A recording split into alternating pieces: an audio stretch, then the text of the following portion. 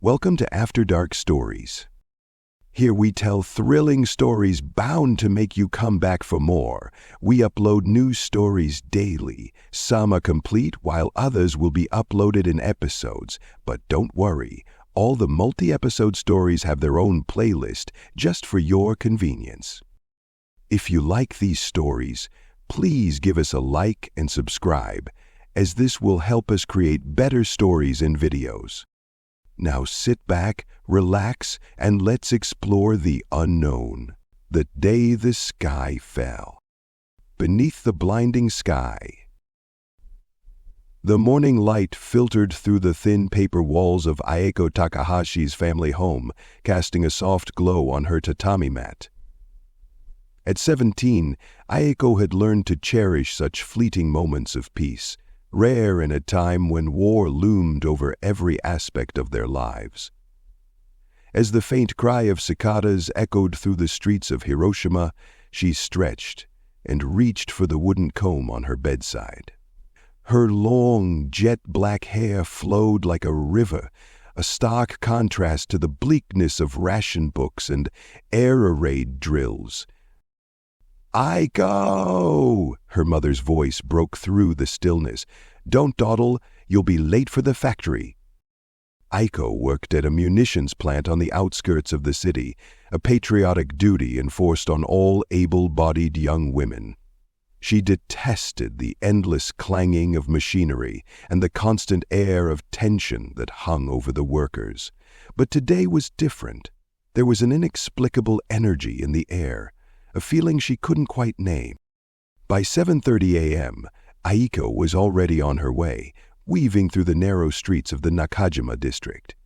She passed the rivers that crisscrossed the city, their surfaces shimmering in the early morning light. Children played along the banks, their laughter mingling with the creak of wooden carts being pushed by shopkeepers.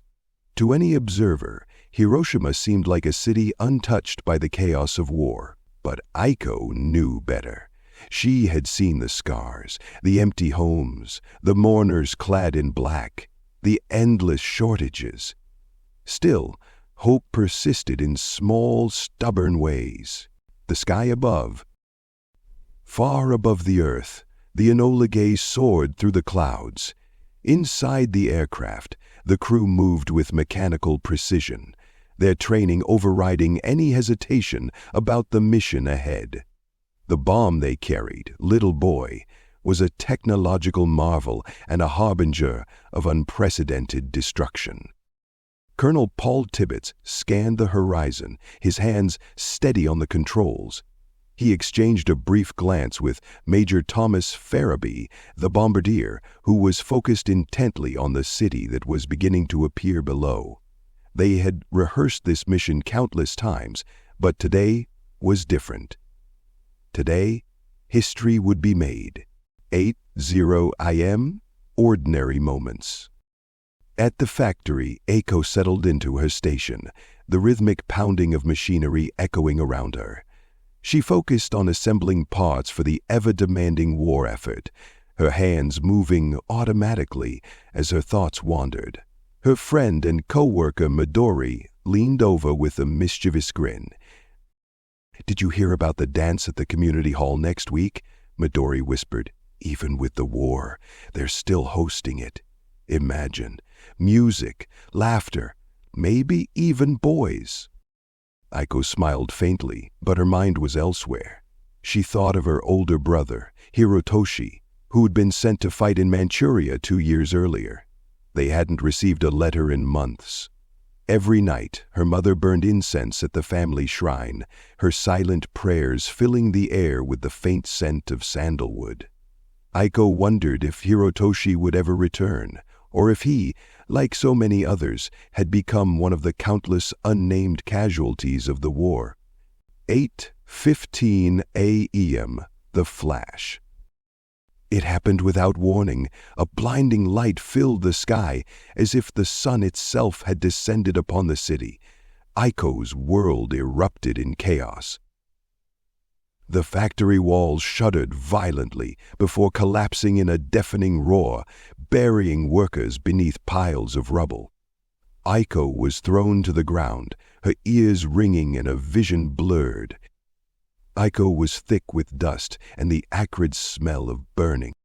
She struggled to her feet, disoriented and trembling. Around her, survivors stumbled out of the wreckage, their faces pale and etched with terror. Some were silent, their mouths agape, as they stared at the mushroom cloud rising in the distance. Others screamed, their cries piercing the heavy silence that followed the explosion. Aiko turned toward the city center, her heart pounding. The skyline she had known all her life was gone, replaced by a monstrous plume of fire and smoke. Buildings had been reduced to rubble, and the streets were littered with debris and bodies. The rivers, once serene, now carried the charred remains of what had been Hiroshima. Searching for answers. Aiko's first thought was of her family. She began to run, ignoring the searing pain in her legs and the cuts on her arms. The streets were unrecognizable, transformed into a nightmarish landscape. Fires raged unchecked, consuming everything in their path. The heat was unbearable, and the air was thick with the stench of burning flesh. As she stumbled through the chaos, she saw horrors that would haunt her forever. A mother clutched the lifeless body of her child, her screams mingling with the crackle of flames. A man staggered toward the river, his skin hanging from his body in grotesque sheets. Aiko wanted to look away, but she couldn't. This was her city, her home, and it was dying. When she reached her neighborhood, she found nothing but smoldering ruins. The house she had grown up in, the place where she had laughed and cried and dreamed, was gone. She called out for her parents, her voice hoarse from smoke and tears, but there was no answer. The silence was deafening. The survivors' exodus. By afternoon, Aiko joined a stream of survivors heading toward the outskirts of the city. Some carried loved ones on their backs, others walked alone, their faces blank with shock. They moved like ghosts through a landscape of ash and ruin. At a makeshift aid station, Aiko found Midori, her friend from the factory.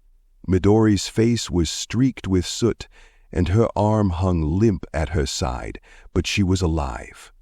Together, they tended to the wounded as best they could, using scraps of cloth to bind burns and offering water to those who could still drink.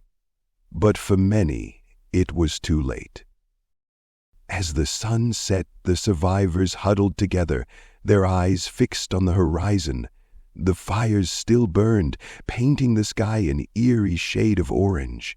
Aiko thought of her family, her brother, and the life she had known just hours earlier.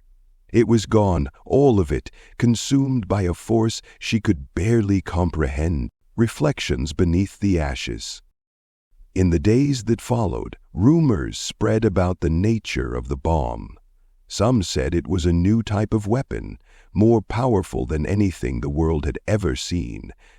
Others whispered that it was a punishment from the gods. Aiko didn't know what to believe.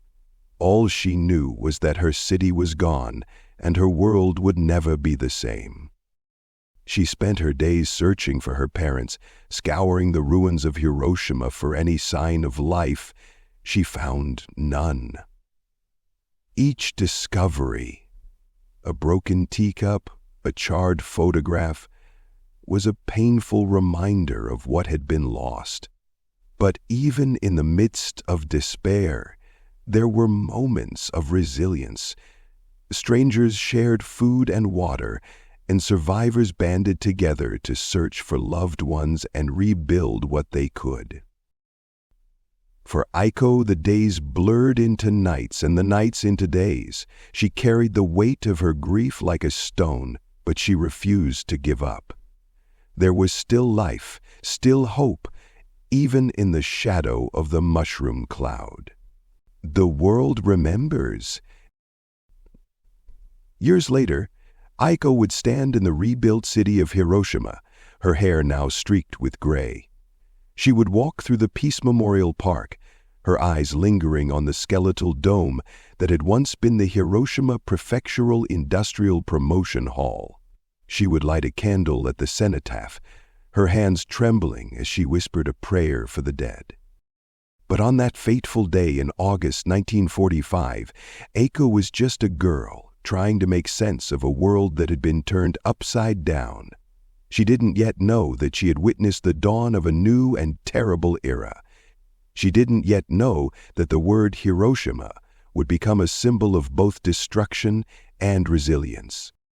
All she knew was that she had survived, and that somehow, against all odds, she would keep going. If you like this video, please like and subscribe. This will really help the channel grow. Always stay safe, but most of all, stay curious. Until next time.